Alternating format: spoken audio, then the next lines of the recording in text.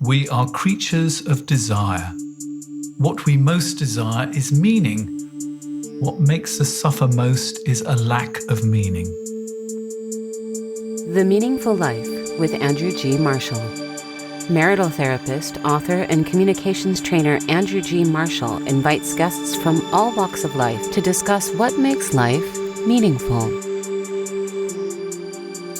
Hello, I'm Andrew G. Marshall, and my witness today on The Meaningful Life is Joe Horton. Joe is a husband, father, and business owner. He hosts the Guild of Dads podcast, which is a weekly interview show dedicated to equipping dads with all the tools, resources, and ideas needed to craft a vision for their own lives. He believes meaning should be at the centre of everything we do. Now, Joe's father died in 2015, which was a time of great confusion and pain, and started his personal search for meaning. So welcome to The Meaningful Life, Joe. Perhaps you'd like just to tell us a bit more about your father, first of all. Yeah, thanks for having me. Like you said, my journey started in 2015. I'd been kind of trundling along in life, if that's the word. And I get a phone call on a Tuesday morning to say my dad's had the first of two strokes. The first one kind of incapacitated his one side and whatever. And this was on the Tuesday morning. And then on the Wednesday morning, he had a second stroke, which kind of meant that his body began to kind of shut down and he was kind of checking out of this world, as it were, so to speak. So initially, in the kind of aftermath of that, it forced me to begin to start kind of questioning what I wanted out of life, you know, what I was going to kind of leave on the world, and really began my journey of thinking about what was my life about, what was I put here to do, and was this going to be just it for me? Was just selling industrial equipment as a living going to be it for me? Was this all I was ever going to do and all I was ever going to be? Was I reaching my full potential in a number of different areas?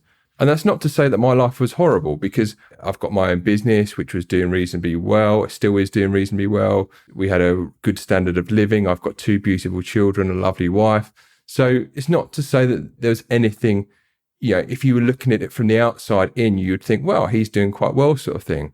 But it's this kind of wrenching feeling in your gut, if you like, that kind of something is missing, but you can't quite articulate what it actually is. How old were you at this point? I'm 41 now. This was 5 years ago, so I was 36 at this point. So at 36, we sort of think we know ourselves, don't we? And then suddenly you're asking these big questions. What was the reaction of your friends and family to these questions? It started sort of gradually, and my turning point, if you like, was I was listening to a podcast, and there was a guy on there who was actually running a mastermind for men. And he told his story as to how things in his life weren't going so great and that he'd almost separated from his wife and stuff. And he was talking about this mastermind, which was basically where you began to work different areas of your life. So you would focus on kind of 4 key areas. So it would be mental health, physical health, your relationship to others, and also your contribution to the world. And up until that point, I'd only really focused on kind of physical health, and I had a dabble in meditation and stuff like that. But it was the first time that I'd actually been forced to kind of sit down and think about what I actually wanted out of life and where my life was going to go.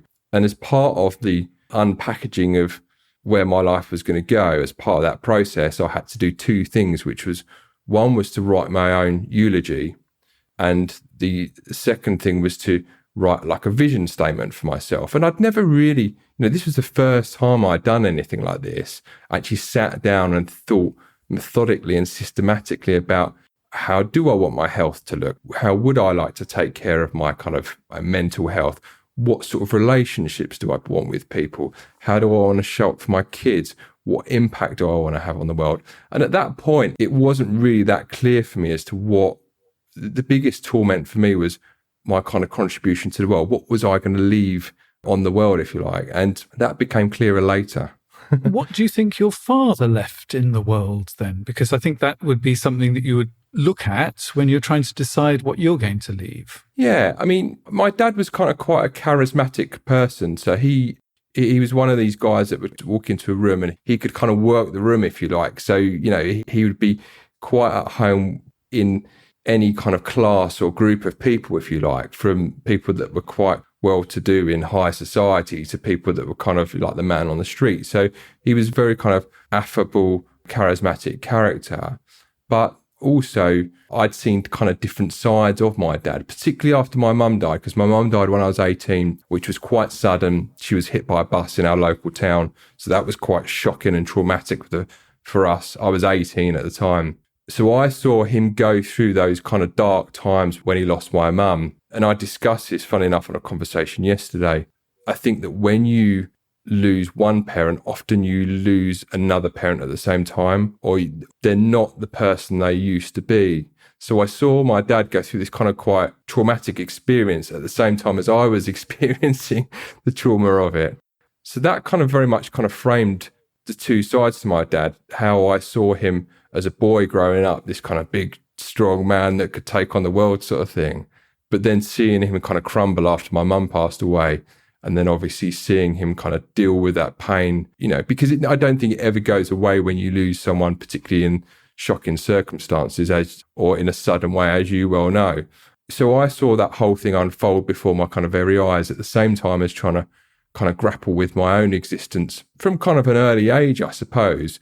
Yeah, because losing one parent makes you question life. There's nothing that reminds you that we're not here forever than sitting at the bedside of somebody. And you've done it twice. It's really weird. Death is a really strange thing, leveler in some respects, because you think that once you've kind of encountered it once, that you're not going to feel the same way as you did the first time. But I think with each death you encounter, whether it be someone that's immediate to you or someone that is extended family or whatever, sometimes it kind of shocks you just how different your kind of grief and your reaction to it is. Even when you think, oh yeah, I've got this down, I've got this whole grief thing down. And then you kind of, you'll be going to like a funeral and it'll be maybe someone you don't even know that well. And then all of a sudden you're overwhelmed with this, these feelings that just kind of hit you like a brick sort of thing, and it's a very surreal experience. Yeah, I know exactly how you feel. That I've dealt with the death of my partner, I've dealt with the death of my mother, and just recently my sister's husband died, and I had to tell various members of the family about this, and they didn't know that he'd been ill, and you were dealing with their shock. And I thought, I can do this. I'm a trained professional. I can do this. And just suddenly out of nowhere, all this pain hit me, and I was sort of breaking up as I was making those telephone calls. It was just a complete surprise. And I think you're so right. I don't think we ever get grief down. It has the ability to forever surprise us, but also forever to teach us something. And I think that's what's interesting, is it seems to have taught you something. Yeah, because I think the thing is the first time round, I was a young man, arguably not even a man at all, coming out of boyhood into being a man. And so my kind of coping mechanisms for it were to kind of tough my way through it, if that makes any sense. So it was kind of like, definitely. I'm not going to go off the rails. I'm going to make sure that I've got all of this down. And so everything's cool and stuff. But then you're kind of you're bubbling underneath the surface sort of thing. And somehow that's kind of come out. I mean, fortunately, I wasn't into partying. I wasn't into drugs and booze. When I was growing up, I was into sport and cycling a lot. So I had that healthy outlet for it.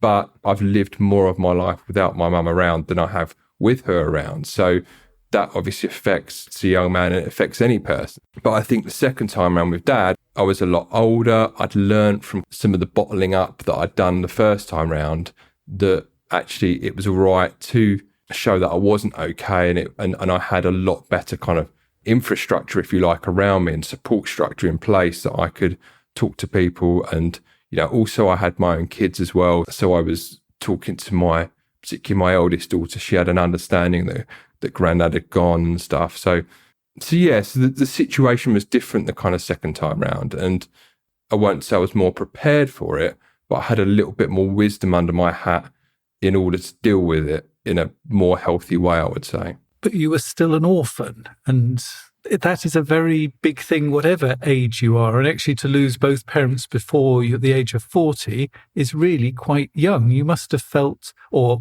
did you feel alone in the world in some kind of way? I did, but I think that I've always had, like, my dad would always used to say, no matter how bad things are, there's always someone that's worse off with you. And he did have that way of being able to put stuff into perspective. And I'll never forget, I think in the eulogy that I said at his funeral, funny enough, I referenced the fact that, he had an innate understanding of the human condition, I think I would call it. And he was able to sort of look at things that, maybe were happening in places like Syria or Iraq or whatever, and say, look, that whole family has been wiped out by a missile attack, to put things into perspective. So I did have that perspective, but I never kind of felt hard done by. I was upset. And obviously for anyone that's lost anyone, you'll know that 3 to 4, maybe 3 to 6, maybe months afterwards, every morning you wake up, you feel like it's kind of like a living hell, like you're waking up to a kind of nightmare scenario sort of thing. But I never felt like I was any worse off than anyone. In fact, maybe that was my way of dealing with it, that I kind of often thought, well, there are a lot of other people who have got it a lot worse off than I have right now. So you talk in the Guild of Dads about the importance of having tools, resources and ideas. What do you think were the tools, resources and ideas you were lacking at this point? I didn't really have an idea of what I wanted to do or where I wanted to go. And I didn't understand the kind of concept of brotherhood and being around other guys and being able to share stuff with other guys. And because I'd not really been in that environment. So I think I'd probably fallen into what has been described as a kind of lone wolf fallacy, where I think in the kind of modern world, we've all grown up with these people like James Bond and Indiana Jones and these guys that kind of take on the world by themselves. But in actual fact, I've learned over the last probably 5 to 6 years, and also from interviewing a number of different guests on my own podcast, that in actual fact, men have existed in tribes and groups for millennia. And what is the problem at the moment for a lot of guys, I think, is that a lot of that kind of support structure has been kind of stripped away.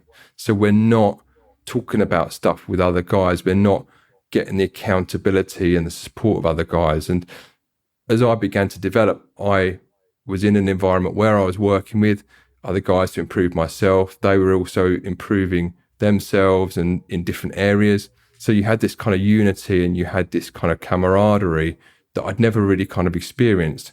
But also, I began to learn things. And the more I began to learn things and learn about myself, the more I got a lot more confident and a lot more, I think confident in my own skin is probably the word to use. I didn't feel like I had to solve all the world's problems, but I just felt that I had the capacity to do things that I didn't ever think I could do.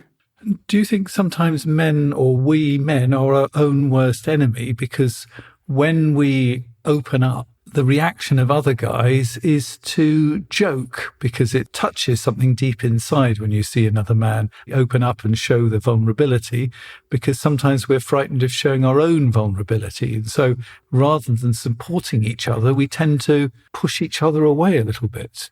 Do you find that yourself? Yeah, I think the problem is the modern man has become, I talk about the man in the mirror concept quite a lot, which is where you look in the mirror and you look at the man that you were kind of meant to be, or the man that you could be, or the man you were destined to be. Right. So tell us about the man you're destined to be then.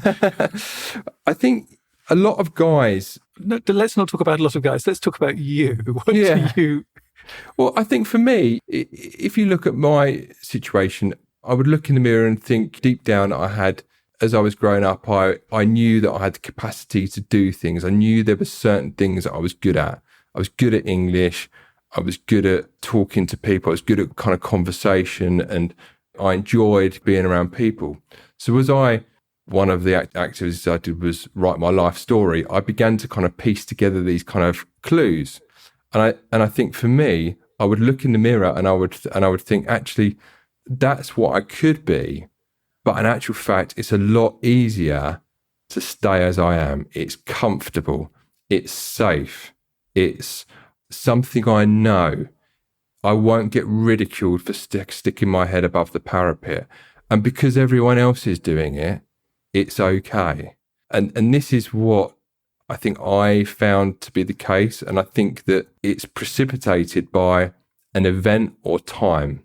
So it could be that you reach a point in your life where you think, actually, this is not working out. I need to radically change stuff.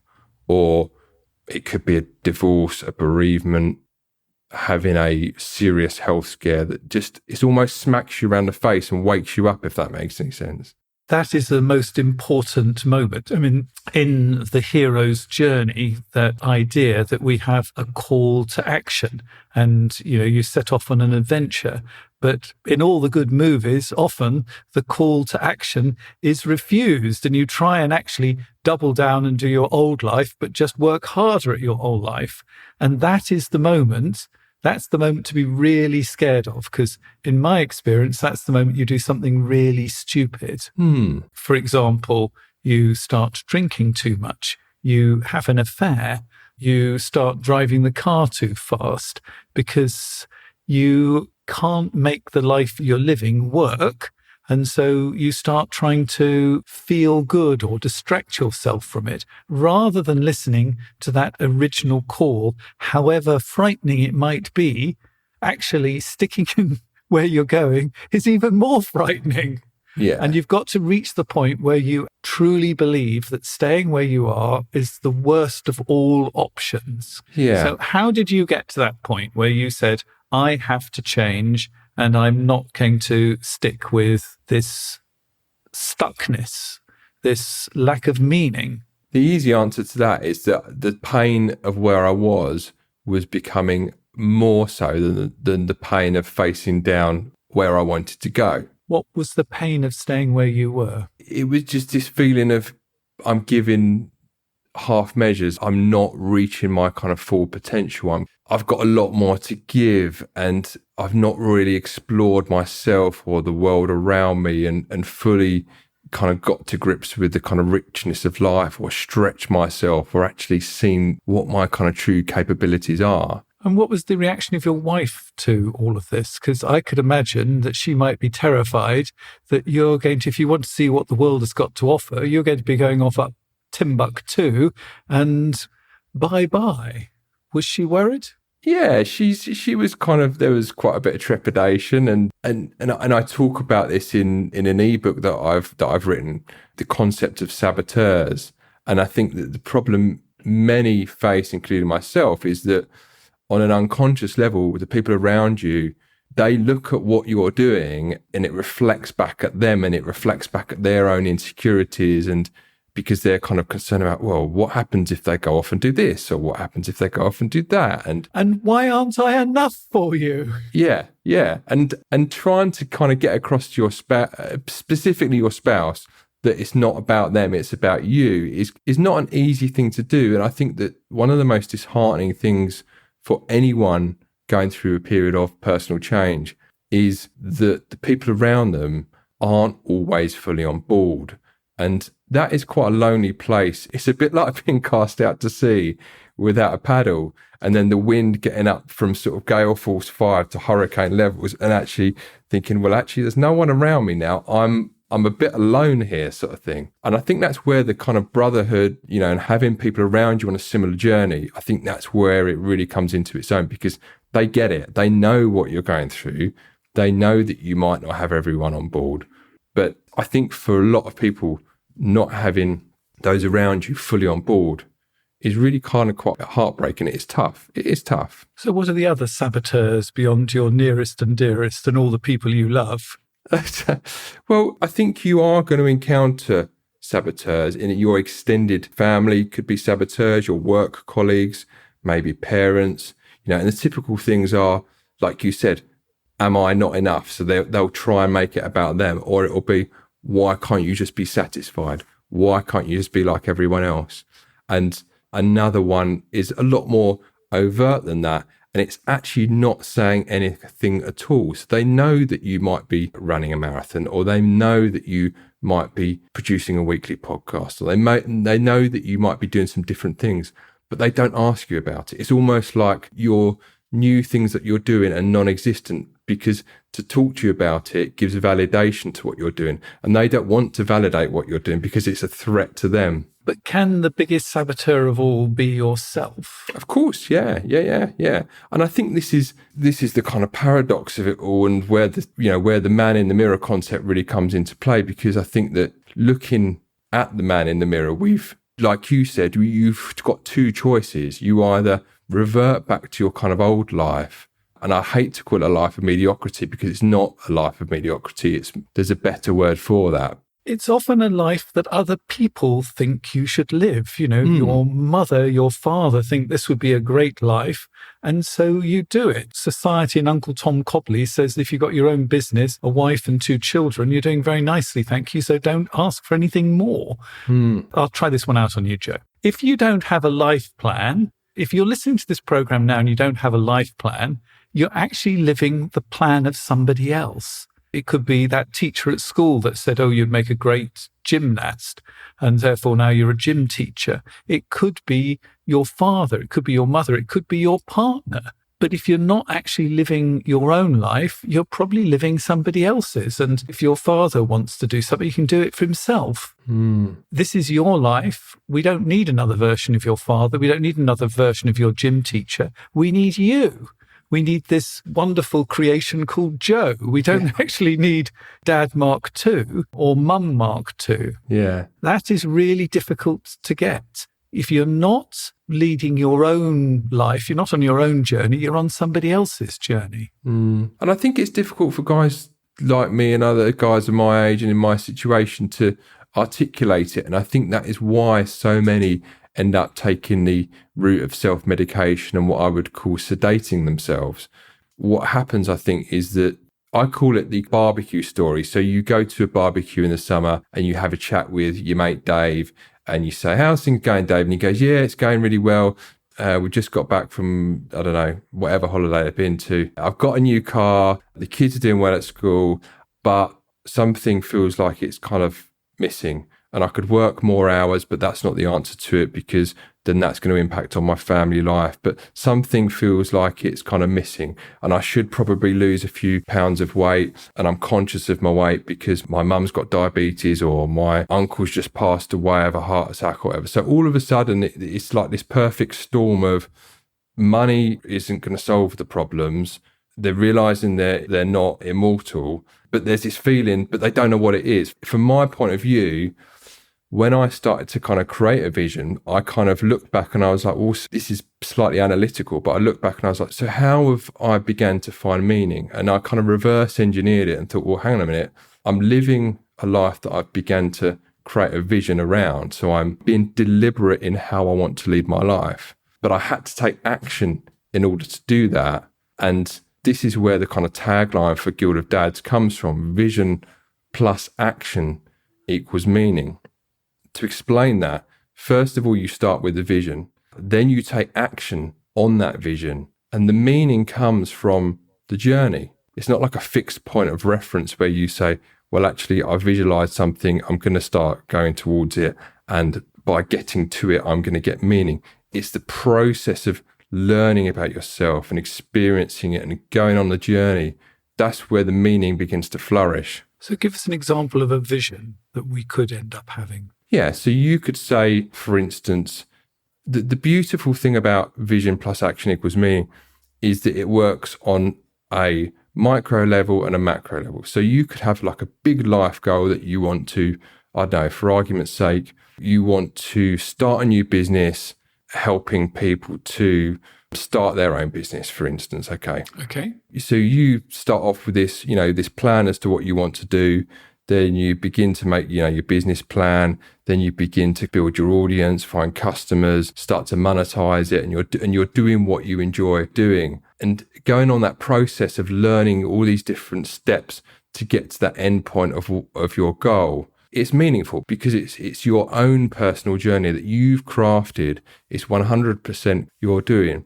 But also, that's an example on a kind of macro level, but we are making vision, action, meaning decisions on a kind of daily basis. And on a micro level, a garden shed. I want to erect a garden shed in my garden. So you envision building your garden shed. You go and get all the tools for it. You order it in. You start to assemble it. You put it up. The walls go up. The roof goes on it. You felt the roof. And then you stand back and you think, I've done a really good job there. And there's a satisfaction from it. You get a satisfaction. There's a purpose. There's a fulfillment to what you've done. And it also feels meaningful. But you've actually got to make each of the steps meaningful, because actually, if the only meaning is when you finally see it up, that's a very short moment. Each of those steps of researching it, buying the tools, putting it up, learning how to put the felt on, is meaningful if you see it that way, rather than just thinking about the final goal of it. And I think that's a really important idea, that the vision, each step of it, is part of the meaning, not just reaching the goal. Yeah, that's true. So I call that the meaning equation. Vision plus action equals meaning, which is quite a simple thing for people to kind of remember, but it's also kind of quite powerful, because you can apply it, like I say, you can apply it to very small things that you're doing, but also quite big things that you want to embark upon as well. So why Guild of Dads rather than Guild of Men? The reason it was Guild of Dads was because obviously I'm a dad myself. I think that a lot of the things that I have gone through in my life, I've gone through as a dad, losing my own dad. That particular year, 2015, when I lost dad, it was a year where we had a massive business debt that threatened to sink our second generation family business. My eldest daughter is autistic, and I'd be lying if I said that periods in my life I haven't gone through relationship difficulties myself and my wife. I challenge married people to say that they've not had ups and downs in their marriage. I will join that club as well. So, despite how fine and dandy it may look from the outside, but that's a whole other podcast. But I think there is a difference between going through it as a man and going through it as a dad, because I think, and this is something that men are very good at, we're very good at focusing down on something and shutting everything out. And, I'm just going to build that shed no matter what. But actually, if you're a father, you've actually got to consider your children as well. So you can't just do that narrow vision. You've got to somehow come up with something that's going to support your children and actually allow you to achieve your goals too. So I think you're onto something. I think there is a difference between being a man and being a dad. What do you think? I agree, because a lot of the experience I have with the kids frames a lot of the kind of content and a lot of the thinking that I have behind Guild of Dads. I mean, ultimately, kids are your greatest teacher, because they are a reflection of yourself. They will often mirror your emotions, your expressions, the way you react to different situations. And quite often, if mum and dad's mood is low or high, it will be reflected in how the children are. I interviewed a very interesting guy called Ed Tronick, who developed the still face experiment. And up until a certain point in history, people thought that the interaction between parent and child was very much kind of one way. But the still face experiment was basically where a mother is being all happy and smiling and engaging with a baby, and then all of a sudden stops and just goes still faced, very stone faced. And the baby is trying to get mum's attention, and all of a sudden the baby starts to kind of quite distressed because there is no reaction from the mother. And that underlines a very important principle. And that principle is that children and young people and babies very much pick up on when parents are absent or where they're not fully engaged. And one of the biggest challenges of our time is parents that are physically present, but they're mentally absent. Oh, that's a good one. Let's just say that again. You're physically present, but mentally absent. Now, how often do you think dads do that? A lot. And we are all guilty of it. I don't hold myself out to be a bastion of perfection in this realm, but we know that physically absent fathers have, i.e., if a father is absent from the parenting role, that has a negative effect. We know that children of fathers who are alcoholics or drug addicts, that has a negative effect. And what we're experiencing now is parents and fathers, a lot of the time through technology, they are physically present but mentally absent. I do a workshop called Facing the Father Wound, and I have a large group of men, sometimes like 50 or 60 men, and we identify the kinds of fathers there might be, and they join these tribes of other men who have this kind of father. And can you guess which, when we put it down, I can always tell, because I put them on large sheets of paper, and so they go and join and they make a camp around that name. And I always know where this particular one is because there's more sons there than around any of the other father words. Can you guess what the most common father wound is? The father that just ignores their children. The distant father, the absent father, that one's quite busy as well. And unfortunately, the critical father is there as well. And the man that must be king father, ruler of the world father. But the one that is the most common is the distant father. I mean, it is an epidemic. Most men are underfathered and overmothered. And we need our fathers. It's really important that you are consciously there. So it's, one of the reasons why I applaud the work that you're doing. So what have you learned from all the guests? Give me one example of something that you've learned that you didn't know before from doing your podcast. That's a very, very, very good question. One of the things that I learned actually, funnily enough, very recently was around talking to your kids about sex and sex education, which surprised me because I had some preconceptions around it. And I spoke to a lady called Robin Pickering, who is an expert in this from the Whitworth University in Washington State in the US.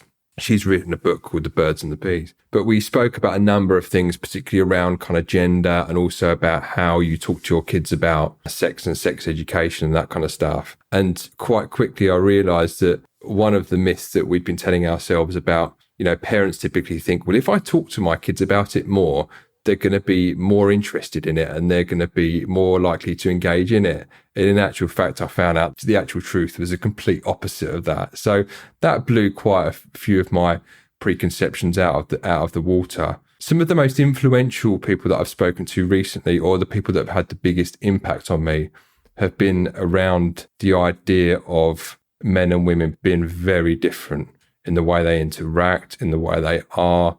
And it's kind of framed a lot of my thinking around how we're moving towards a kind of homogenization of men and women at the moment and a kind of demonization of men in some respects. And like I said to a guest of mine yesterday, a guy called John Eldridge, who's written the book Wild at Heart, my motivation and the motivation of a lot of dads and men who are doing what I do is not to kind of pit men and women against each other, but in actual fact, to build better men so that men can show up to their relationships, to their children, to the world on their A game, which benefits mother and father relationships, benefits the family unit, benefits the community and the wider society. And if I and other guys can help men to do that, that has got to be a good thing in society right now, because I think there is a bit of a role model crisis going on right now. So you're starting something called the Dad Circle. Tell me about that. Yeah, so the Dad Circle is basically going to be a membership group which is not on kind of Facebook or social media or any kind of Facebook groups. It's going to be separate from a Facebook group. And it is very much a place where there will be a community of dads who are looking to improve themselves in a kind of number of areas, but also have the support of other guys along the way. And what it is going to look like is there will be monthly topics that we can work on collectively to grow and develop in different areas. There'll be weekly Zoom calls so you can get on a call with other guys, talk through your kind of plan.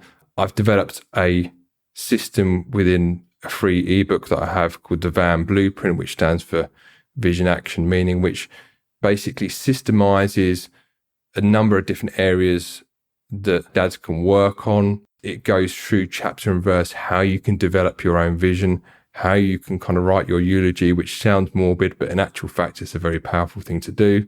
But we work the system that I lay out in the V.A.M Blueprint ebook, And the idea is that we'll have a community of guys who are all working together to kind of improve themselves. There's a kind of a common aim, a common objective that guys can help each other. So if there's a guy going through some marital difficulties, for instance, other guys can give them the benefit of what they know. If there's a guy who's out of shape and he needs some help on his physical fitness, he can get some help from the other guys in the group and stuff. So it's very much, we're going back to kind of first world methods, if that makes any sense. Yeah, you're building a tribe. Yes. Yeah. And in a tribe, different people have different skills, and it's okay to ask other people for help. Yeah. I know it's a revolutionary idea, but it is. Yeah. And I think the thing is men and societies existed in tribes for thousands of years. And the way in which tribes worked was that people would learn new skills and they'd help each other and they'd help the tribe as a whole. And, you know, if someone was suffering in the tribe or someone was going through difficulties, they'd pull them up and they'd help them along. And we've lost that, and I think we're much more likely to compete with each other rather than support each other. Yeah, and I'm the best. I often battle with a few people that try and oversimplify suicide and suicidal ideation, particularly on men's groups, and it's very much simplified along the lines of, well, it's because men don't talk. And in actual fact, there is some truth in that. But often men don't talk for a very good reason, and the same as women don't talk for a very good reason. And I'll give you an example of this. A guy on a Facebook group of mine, I made a post about this very topic of men not expressing themselves and whatever. And my point was that often men don't express themselves for very good reasons, and women as well. And this guy messaged me in confidence and he said, look, I don't talk because I was abused when I was younger. And the idea of that, and there is a very good reason, if someone's been abused or if they've gone through trauma or if they've gone through horrible experiences, they're not going to want to talk about that. But the idea that someone can actually label that as toxic masculinity is possibly one of the most abhorrent things that someone could say to someone in that position.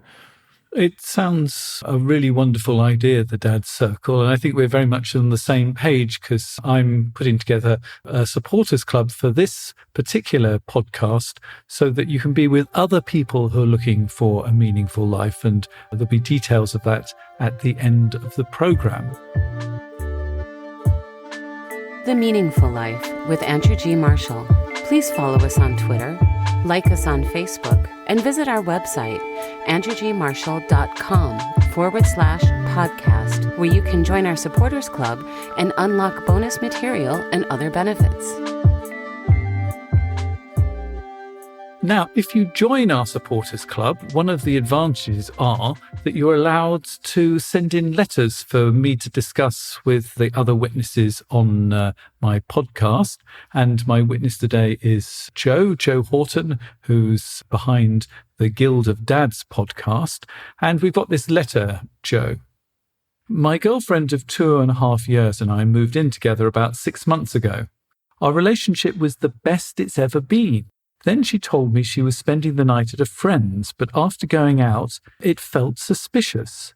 The next morning she called me and told me she had cheated with a guy that I'd talked to her about and warned her about flirting with him.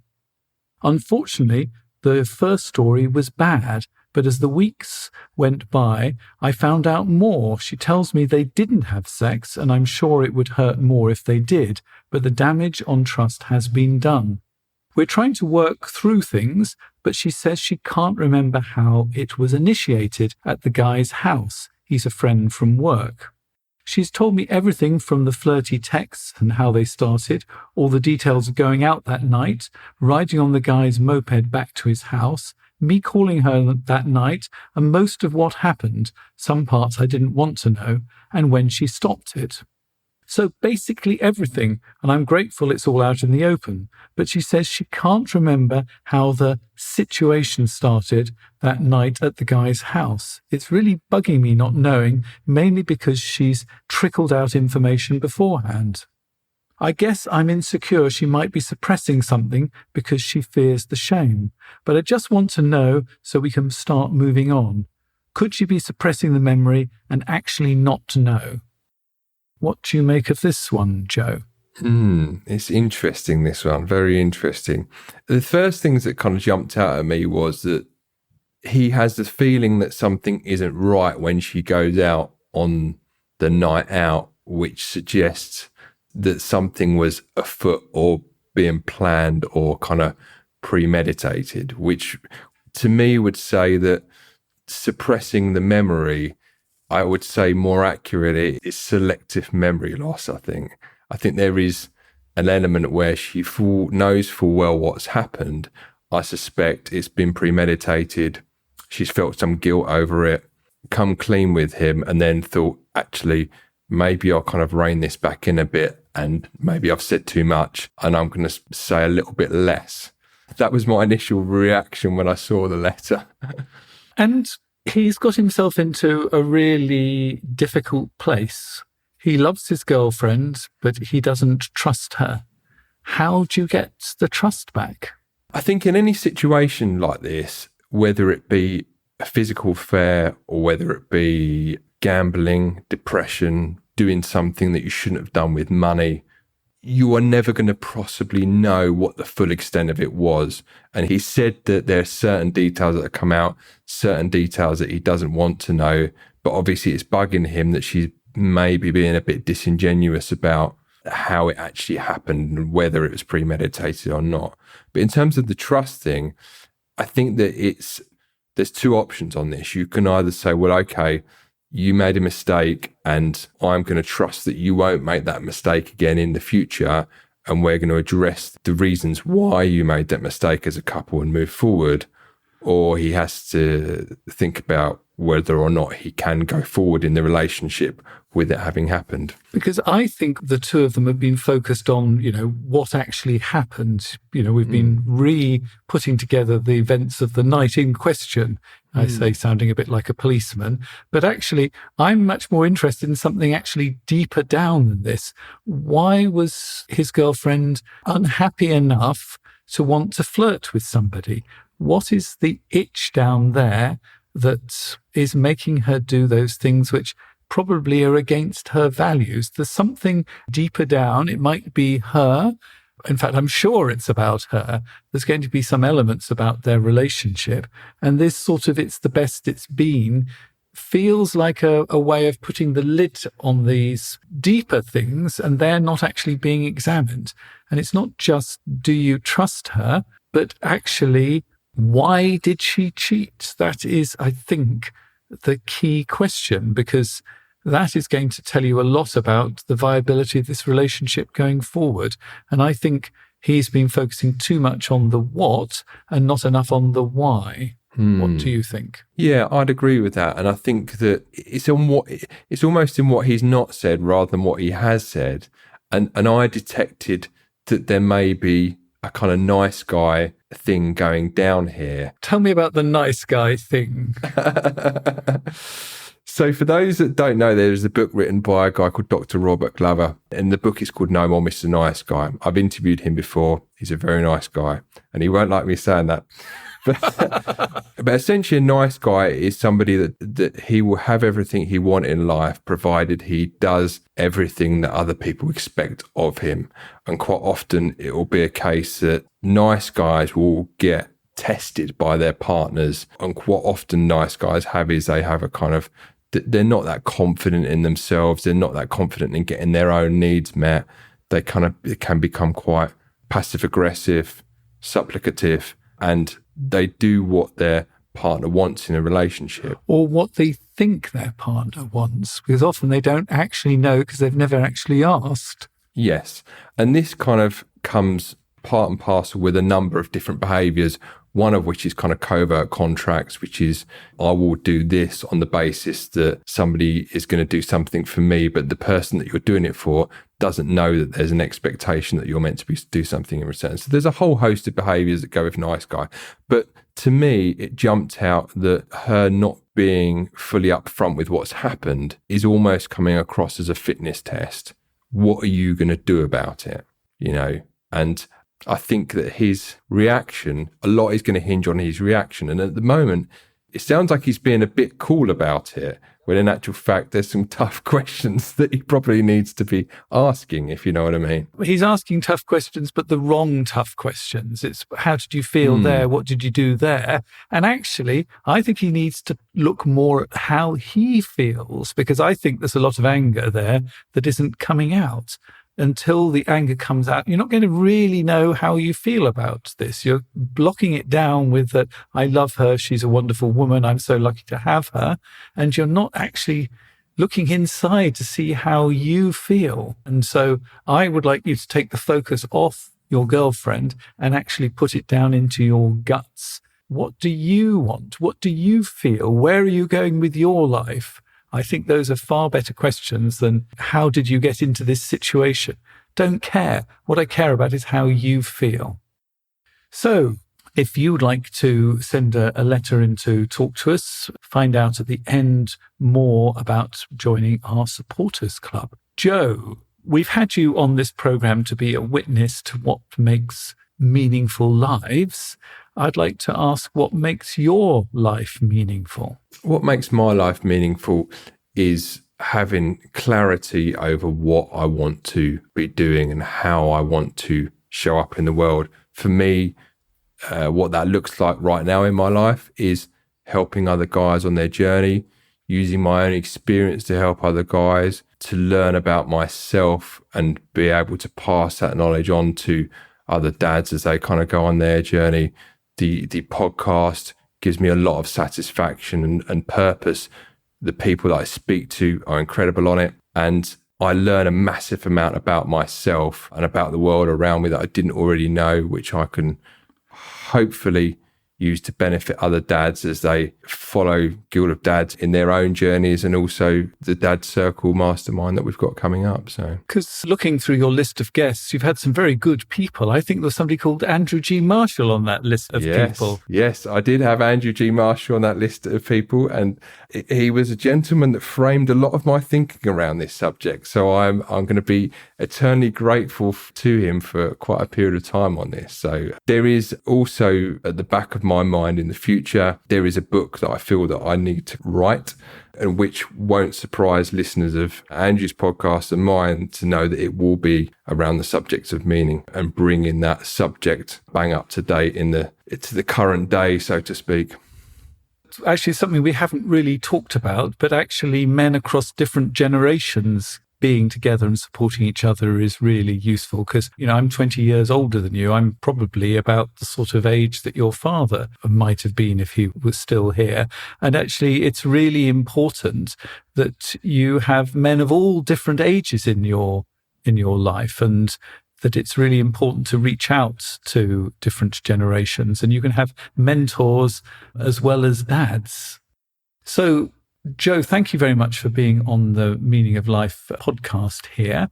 This is where we're going to say goodbye to Joe for people who are not members of our supporters club. But if you want to hear us sort of unpick this interview and find out what I've learned, what he's learned, and the 3 things he knows to be true in this world, join our supporters club. You'll find out details about that coming up in just a second. But Joe, thank you very much for being with me on the podcast today, and good continuing luck with your podcast. Thank you. And it's a privilege being invited to come on here. Thank you very much, Andrew. You've been listening to The Meaningful Life with Andrew G. Marshall. You can follow Andrew on Twitter, like him on Facebook, and please leave a review wherever you consume your podcasts. Making, editing, and distributing The Meaningful Life comes with substantial costs, and we'd like to ask for your help. Visit our website, andrewgmarshall.com/podcast, where you can join our supporters club and unlock bonus material for every program, send in a letter to be discussed by Andrew and his guests, and join a community of other people seeking to make their life meaningful. At the gold level, you get even more benefits. Production of The Meaningful Life with Andrew G. Marshall is by Michael Dooney. Social media by Madeleine Healy. Sound engineering and theme tune by Sebastian de la Luz Mendoza. And I'm Susie Colick. Please tell your friends and spread the word. Thank you.